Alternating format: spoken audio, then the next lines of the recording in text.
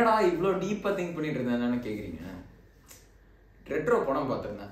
அந்த படத்தை பற்றி எனக்கு நிறைய பேச வேண்டியது இருக்குது. அதுதான் இதை ஒரு ரிவ்யூ மாதிரி பண்ணாமல் ஒரு டிஸ்கஷன் மாதிரி பண்ணிடலான்னு நாங்கள் யோசிச்சிருக்கோம். கட் அண்ட் ரைட்டாக சொல்லிக்கிட்டேன், இது ரிவ்யூ இல்லை, டிஸ்கஷன்.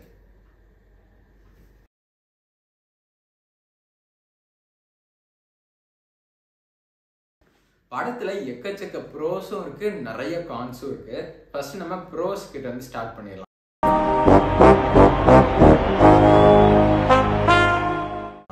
ஃபர்ஸ்ட் என்னை ரொம்ப இம்ப்ரெஸ் பண்ணது இந்த படத்தில் எதுன்னு பார்த்தீங்கன்னா, அந்த 15 மினிட்ஸ் ஒன் டேக் அந்த ஒன் ஷாட்டில் எடுத்த அந்த ஒரு சாங். ட்ராமா இருக்கும், ஃபைட் இருக்கும், எல்லாமே இருக்கும். அது பார்க்கும் போதே எல்லா டிரான்சிஷன்ஸுமே வந்து அவ்வளோ ஸ்மூத்தாக இருந்துச்சு. அவங்க கேமரா கீழே வச்சிருக்காங்க, அடுத்து மேலே கொண்டு போகிறாங்க, என்னென்னமோலாம் பண்ணுறாங்க. அங்கே ஆர்டிஸ்ட்டுமே வந்து அதுக்கு தகுந்த மாதிரி கரெக்டாக அவங்களோட அந்த பெர்ஃபார்மன்ஸை கொடுத்துருக்காங்க. அது ரொம்பவே நல்லா இருந்துச்சு. அதுக்கப்புறம் என்னை ரொம்ப இம்ப்ரெஸ் பண்ணது எதுன்னு பார்த்தீங்கன்னா சினிமாட்டோகிராஃபி. ஸ்ரேயாஸ் கிருஷ்ணா பண்ணியிருக்காரு. எல்லா ஃப்ரேமே வந்து அவ்வளோ அழகாக இருந்துச்சு. ஃபஸ்ட்டு அந்த ஸ்லோட் ஷாட்லாம் வந்து ரொம்ப நல்லா இருந்துச்சு. ஃபைட்டில் பண்ணுறதுலாம் ரொம்ப நல்லா இருந்துச்சு. அதுக்கப்புறம் அந்தமானில் வந்து இவங்க ஷூட் பண்ணதே வந்து ஒரு கிரிட்டிக்கலான ஒரு வெதர் கண்டிஷனில் தான் பண்ணியிருக்காங்க. ஆனாலும் ஃப்ரேம் பார்க்கறதுக்கு அவ்வளோ அழகாக இருந்துச்சு. நம்ம எல்லாருக்குமே கார்த்திக் சுப்ராஜோட ஃபில்ம் மேக்கிங் ஸ்டைல் பற்றி தெரிஞ்சிருக்கோம். அவரோட அதே ஃப்ளேவர் ரெட்ரோவில் நல்லாவே இருந்துச்சு. ஆனால் அதை பற்றி நம்ம இன்னும் போக போக டிஸ்கஸ் பண்ணலாம். அதுக்கப்புறம் இந்த படத்தை வந்து ஷோல்டர்ஸில் ஏற்றி கொண்டு போனது வந்து கண்டிப்பாக சூர்யா அவர்கள் தான். அவரோட பெர்ஃபார்மன்ஸ்லாம் சில இடத்துல ரொம்ப நல்லா இருந்துச்சு. ஒரு சீன் இருக்கும், அவர் கண்ணாடி முன்னாடி சிரிக்க ட்ரை பண்ணுற சீன். கோலிவுட்டோட பெஸ்ட் பெர்ஃபார்மன்ஸ்னே நான் ஈஸியாக சொல்லுவேன். அந்த சீன் ரொம்ப நல்லா இருந்துச்சு. சூர்யா அவர்கள் ஃபைட் பண்ணும் போதும் டான்ஸ் பண்ணும் போதும் அவரோட அந்த கேரக்டரோட ஒன்றி அந்த ஃபைட்டு டான்ஸ்லாம் இருந்த மாதிரி எனக்கு ஃபீல் ஆச்சு. அந்த கேரக்டர் வந்து அவர் சும்மா பெர்ஃபார்ம் பண்ணுற போது மட்டும் இல்லாமல் அந்த கேரக்டராகவே வாழ்ந்த மாதிரி எனக்கு தோணுச்சு. அது மட்டும் இல்லாமல் பூஜா ஹெக்டேயோட கேரக்டருமே வந்து எனக்கு ரொம்ப பிடிச்சிருந்துச்சு. அவங்களோட பெர்ஃபார்மன்ஸ் வந்து நல்லாவே இருந்துச்சு. நம்ம நார்மல் படத்தில் சும்மா வந்துட்டு போகிற மாதிரியான ஒரு ஹீரோயினாக இல்லாமல் அவங்களுக்கும் ஒரு இம்பார்ட்டன்ஸ் வந்து இந்த படத்தில் இருக்குது. அடுத்தபடியாக எடிட்டிங் வந்து எனக்கு ரொம்பவே நல்லா பிடிச்சிருந்துச்சு. எல்லா கட்சுமே வந்து ரொம்ப ஃப்ரெஷ்ஷாக இருந்துச்சு. படம் ஃபுல்லாக பார்க்கும் போதே நம்மளுக்கு வந்து ஒரு ஃப்ரெஷ் ஃபீல் தரது வந்து அந்த எடிட்டிங் தான். ஷாஃபிக் முகமது அலி தான் அதை பண்ணியிருக்காரு. ரொம்பவே எடிட்டிங் எனக்கு பிடிச்சிருந்துச்சு. நிறைய இடத்துல வந்து அந்த எமோஷனை வந்து நம்ம கிட்ட டிராவல் பண்ண வைக்கிறதே அந்த எடிட்டிங்காக தான் இருந்துச்சு. இதை பற்றி இன்னும் நம்ம பேசுவோம். அதுக்கு அடுத்தது வந்து ஸ்டண்ட்டும் டான்ஸும். ஸ்டண்ட் வந்து கேட்சா பண்ணியிருக்காரு. அந்த ஹேண்ட் அந்த சுத்துற ஷாட்டு, அதுக்கப்புறம் மற்ற நிறைய விஷயங்கள் வந்து ரொம்ப யூனிக்காக இருந்துச்சு. அந்த கம்பை வச்சு அடிக்கிறது அதெல்லாம் யூனிக்காக இருந்துச்சு. அது கேட்சாவோட ஒர்க் வந்து எனக்கு ரொம்ப பிடிச்சிருந்துச்சு. முக்கியமாக சனாவோட மியூசிக் இந்த படத்தை வேற லெவலில் பூஸ்ட் பண்ணி கொடுத்துருக்கு. பிரேக்கப் சீன்ஸாக இருக்கட்டும் சரி, மாஸ் சீன்ஸாக இருக்கட்டுமே சரி, லவ் சீனாக இருக்கட்டுமே சரி, ரொம்பவே நல்லா இருந்துச்சு. அது மட்டும் இல்லாமல் சில ரெட்ரோ சாங்ஸ் வந்து யூஸ் பண்ணியிருக்காங்க. அதில் எனக்கு ரொம்ப பிடிச்சது வந்து இந்த சென்யோரிட்டா பாட்டு ரொம்ப அழகாக இருந்துச்சு பார்க்குறதுக்கு.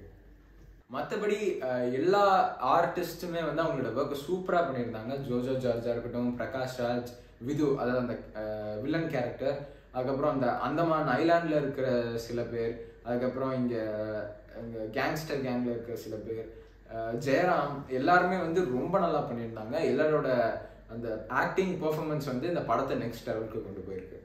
படம் வந்து அந்த தங்க மீன்கள், அதாவது அந்த ராம் படம்ல தங்க மீன், அந்த பசூகாஸ் சுற்றி தான் ட்ராவல் ஆகுது. அதனால தான் அவங்க அப்பா அவரை சேஸ் பண்ணுறாங்க.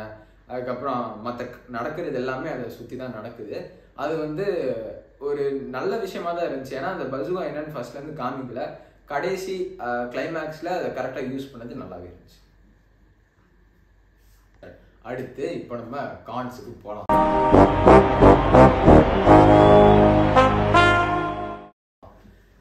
படத்தோட ஒரு பெரிய டிராபேக் என்னன்னு பார்த்தீங்கன்னா, எந்த இடத்துலையுமே எமோஷ்னலாக நம்ம கூட கனெக்ட் ஆகவே மாட்டேங்குது. ஃபர்ஸ்ட் ஹாஃப்ல அவங்க அந்த சூர்யாவுக்கு வந்து சிரிப்பு அவருக்கு வராது. அந்த ஃபர்ஸ்ட் ஹாஃபோட இன்டர்வல், அதாவது ஃபர்ஸ்ட் ஹாஃபோட கிளைமேக்ஸில் அவருக்கு வந்து அவர் சிரிக்கிற மாதிரி காமிச்சிருப்பாங்க. அந்த கேரக்டர் ஆர்க் நல்லா இருந்துச்சு. ஆனால் அதுக்கப்புறம் பூஜா ஹெக்டே வந்து சில காரணங்கள்னால சூர்யாவை வந்து விட்டு பிரிஞ்சு போயிடுவாங்க. இவ்வளோ நேரம் ரொம்ப தேடி தேடி லவ் பண்ணிட்டு இருந்த சூர்யா அதுக்கு முன்னாடி தான் வந்து ஒரு ஸ்டாண்டப் காமெடியை வந்து ஃபுல்லாக முடிச்சிருப்பாரு. அவரே வந்து பண்ணி முடிச்சிருப்பாரு. ஆனால் அதுக்கு அடுத்த சீனே வந்து பூஜா போடி அப்படின்னு சொல்றது, அதுக்கு அவர் வந்து அந்த கல்ட்டுக்குள்ளே போகிறது, அந்த வில்லன் கேங் கூட வந்து சேர்றது அது ஒரு மாதிரி கனெக்டே இல்லாத மாதிரி தோணுச்சு, ரொம்ப ஆர்டிஃபிஷியலாக தோணுச்சு.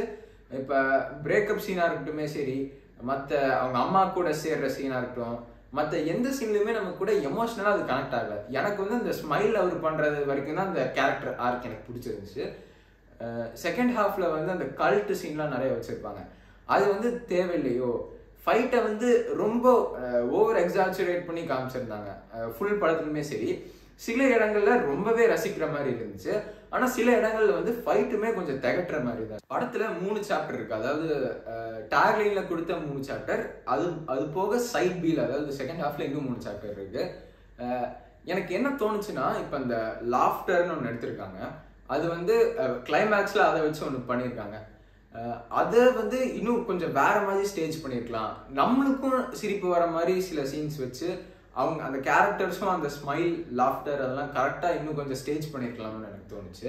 இன்னொரு விஷயம் என்னன்னா, இப்போ ஃபர்ஸ்ட்ல இருந்தே அவங்க லவ் எல்லாம் காமிச்சிட்டு வரும்போதே வந்து சூர்யா வந்து நிறைய விஷயங்கள் பண்ற மாதிரி காமிச்சிருப்பாங்க. அந்த கோயில் கதை உடைக்கிறது இந்த மாதிரி நிறைய இதை காமிச்சு கடைசியில வந்து அதை இந்த தி ஒன் அதோட கனெக்ட் பண்ண பார்த்துருப்பாங்க. அது நல்லா இருந்துச்சு, ஆனால் இன்னுமே அதை ப்ராப்பராக ஸ்டேஜ் பண்ணியிருக்கலாம், அப்போதான் நமக்கு இன்னும் இம்பேக்ட்ஃபுல்லாக நம்மளுக்கு அது கிடச்சிருக்கும். ஆனால் அது பண்ணாதது கொஞ்சம் ஏதோ ஒரு தப்பு பண்ண மாதிரி இருந்துச்சு. மற்றபடி அந்த ஐடியாவாக அது ரொம்ப நல்லா இருந்துச்சு. மொத்தத்தில் ரெட்ரோ வந்து எமோஷ்னலாக கனெக்ட் ஆகாத ஒரு படம், ஆனால் அவங்க பண்ணியிருக்க அந்த அட்டெம்ப்ட், இந்த சேவியர் அப்படிங்கிற அந்த ஒரு கான்செப்ட் இருக்குல்ல, அதை நம்ம நிறைய படத்தில் பார்த்து பழகினது தான். ஆனால் அவங்க அதை கொஞ்சம் டிஃப்ரெண்ட்டாக காமிக்க யோசிச்சிருக்காங்க. அதில் நிறைய விஷயங்கள் நிறைய எலிமெண்ட்ஸ் வந்து ரொம்ப இம்ப்ரெசிவாகவே இருந்துச்சு. அதனால ரெட்ரோ வந்து ஒரு டீசென்ட் வாட்ச் அப்படின்னு நான் சொல்லுவேன். மற்றபடி இவ்வளோ நேரம் நான் அந்த சொன்னது எல்லாமே வந்து உங்களுக்கும் அது கனெக்ட் ஆகிருந்துச்சுன்னா கமெண்ட் பண்ணுங்கள். அது வந்து அடுத்தடுத்த வீடியோஸ் பண்ணும்போது நான் ஏதாச்சும் தப்பான பாதையில் போகிற மாதிரி இருந்துச்சுன்னா என்னை அது வந்து கரெக்ட் பண்ணிக்க ஹெல்ப் பண்ணும். ஸோ அவ்வளோதான். நம்ம வந்து ரெட்ரோக்கு 5க்கு எவ்வளோ ஸ்டார்ஸ் கொடுப்போம்னா 3.5 கொடுக்கலாம். உங்களோட ரிவ்யூஸ் என்னன்னு கமெண்ட்டில் சொல்லுங்கள். அப்புறம் நீங்கள் எவ்வளோ ஸ்டார்ஸ் கொடுப்பீங்கன்னு கமெண்ட்டில் சொல்லுங்கள். மறக்காமல் நம்ம வீடியோ லைக் பண்ணுங்கள், நம்ம சேனலை சப்ஸ்கிரைப் பண்ணிடுங்க. பாய்.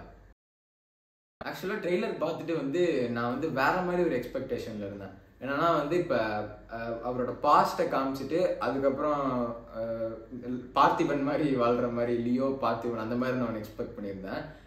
ஆனால் அது வந்து பாஸ்டே வந்து காமிக்கல. நிறைய பேரோட பிரச்சனை இதாக தான் இருந்துச்சு, என்னடா பாஸ்டே காமிக்கல, அந்த கேரக்டரை பற்றி தெரியவே இல்லையே அப்படின்னு சொல்லியிருந்தாங்க.